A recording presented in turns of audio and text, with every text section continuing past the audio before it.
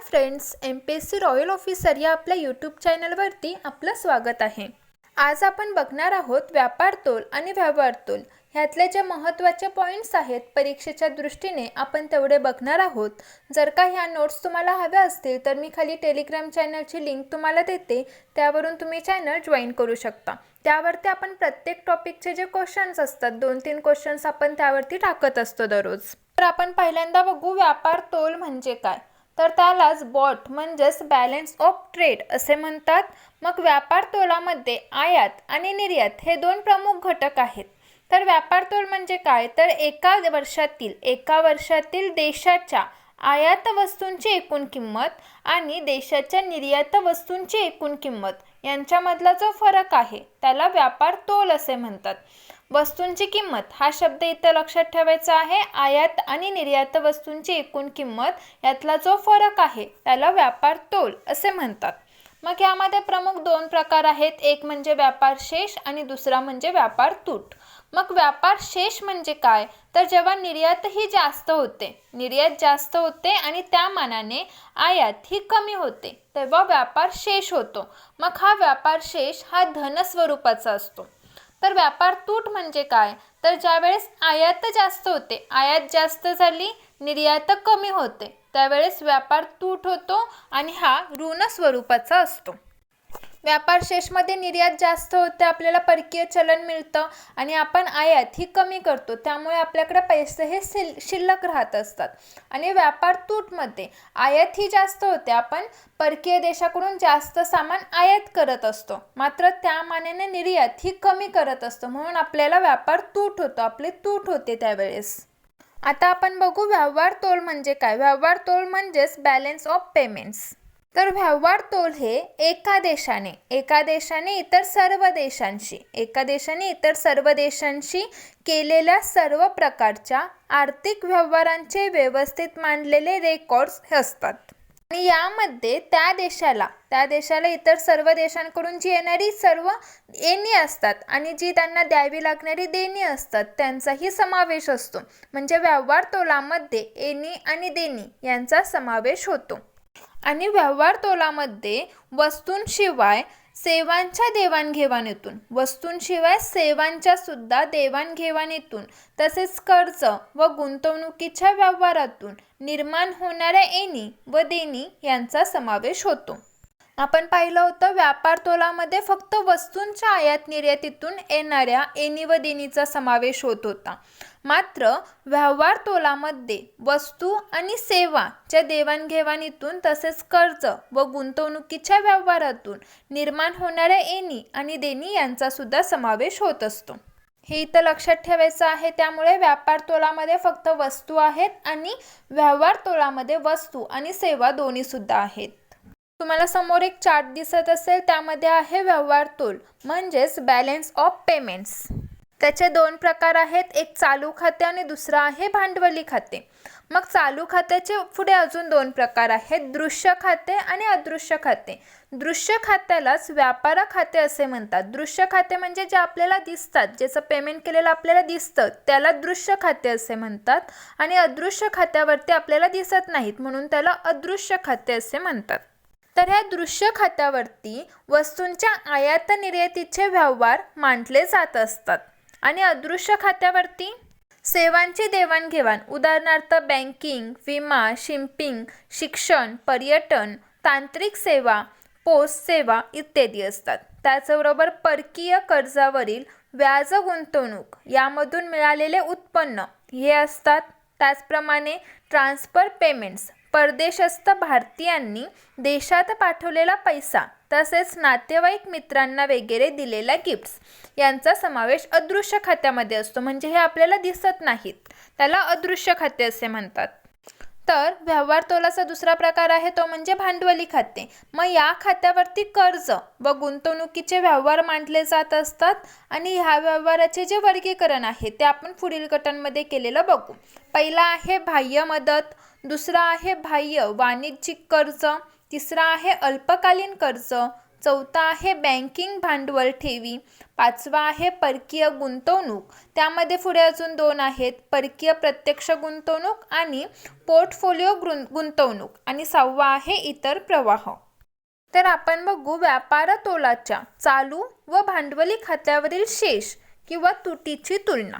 मग जे चालू खात्यावरच्या दृश्य खात्यावरील तूट आहे ती भरून काढण्यासाठी अदृश्य खात्यावरील शेष हा वापरला जातो. चालू खात्याच्या दृश्य खात्यावरती जी तूट आहे ती भरून काढण्यासाठी अदृश्य खात्यावरील शेष हा वापरला जातो. आणि चालू खात्यावरील तूट भरून काढण्यासाठी भांडवली खात्यावरील शेष वापरला जातो.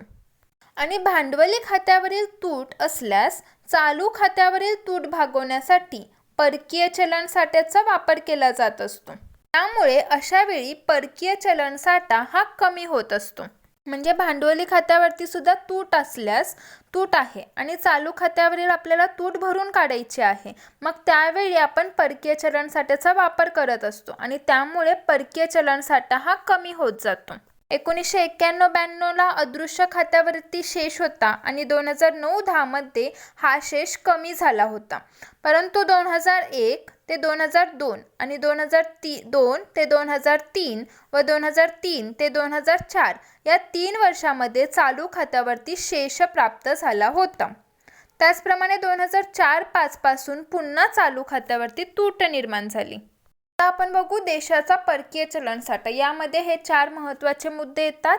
पहिला आहे RBI कडील परकीय चलन मालमत्ता, दुसरा आहे RBI कडील सोन्याचा जो साठा आहे तो, आणि SDR म्हणजे स्पेशल ड्रॉइंग राईट, त्याचप्रमाणे IMF कडील आरक्षित निधी. आपला भारत हा 2018 मध्ये 8व्या क्रमांकाचा सर्वाधिक परकीय चलन साठा असणारा देश होता. त्यावेळेस भारताकडे $424.4 अब्ज होते. हे लक्षात ठेवायचं. 2018 मध्ये 8 हा अंक आहे. 8 म्हटल्यावरती भारत हा 8व्या क्रमांकाचा सर्वाधिक परकीय चलन साठा असणारा देश होता आणि भारताकडे परकीय चलन साठा हे $424.4 अब्ज एवढे होते. मग सर्वाधिक साठा होता पहिल्या नंबरचा आहे, त्यामध्ये चीन आहे. चीनकडे 3210 अब्ज तर जपानकडे 1259.3 अब्ज तर स्वित्झर्लंडकडे 804.3 अब्ज आणि सौदी अरेबियाकडे 501.3 अब्ज होते. परकीय चलन साठा एवढा त्यांच्याकडे होता. सर्वाधिक परकीय चलन साठा चीनकडे, हे लक्षात ठेवायचं आहे. आणि आपला भारत 8व्या क्रमांकाचा आहे 2018 मध्ये.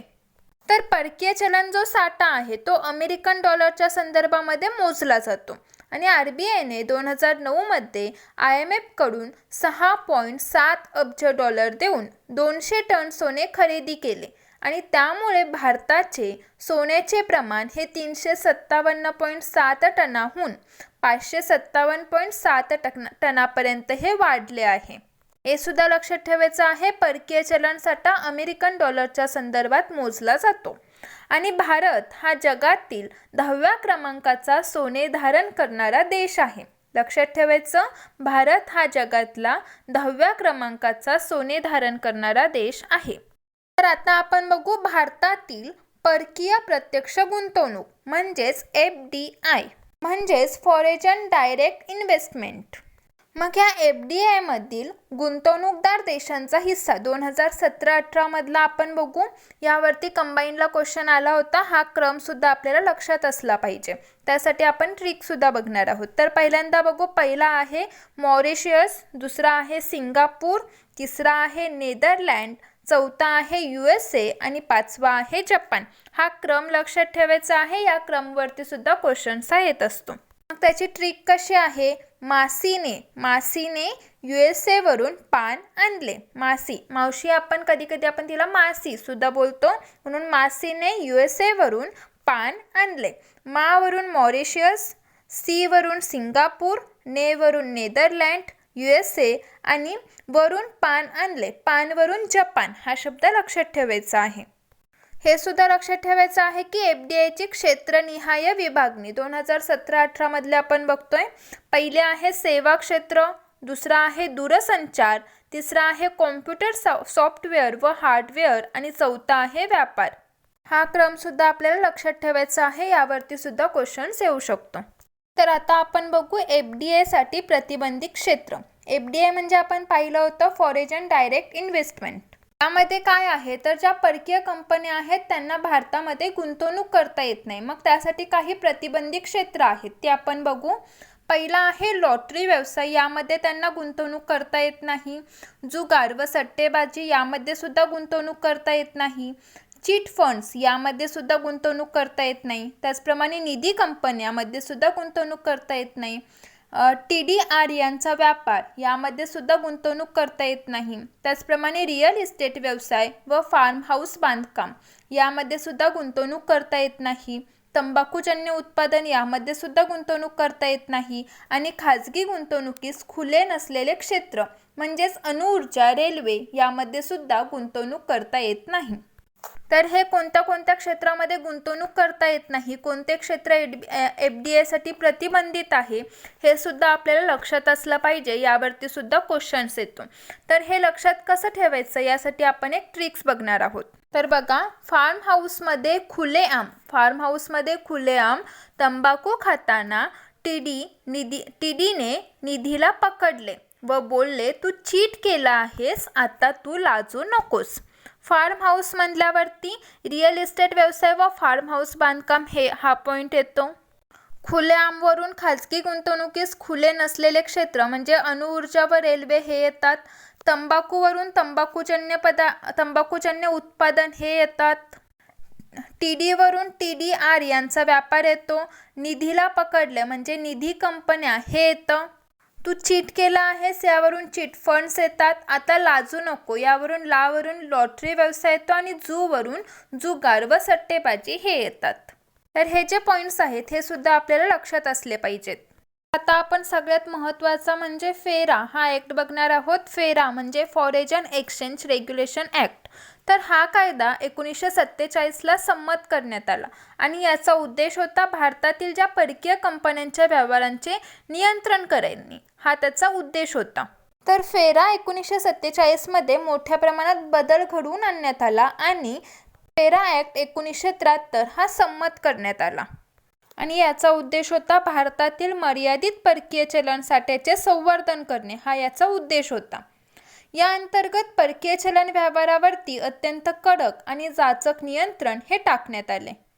आता आपण बघू फेमा ॲक्ट. फेमा म्हणजे फॉरेन एक्सचेंज मॅनेजमेंट ॲक्ट. तर 1997-98च्या अर्थसंकल्पामध्ये सरकारने फेराचे रूपांतर हे फेमामध्ये केले आणि फेमा 1999 डिसेंबर 1999 संसदेत संमत झाला आणि राष्ट्रपतींची संमती मिळाल्यानंतर फेमा 1999 1 जून 2000 पासून कार्यान्वित केला. 1 जून 2000 पासून कार्यान्वित केला.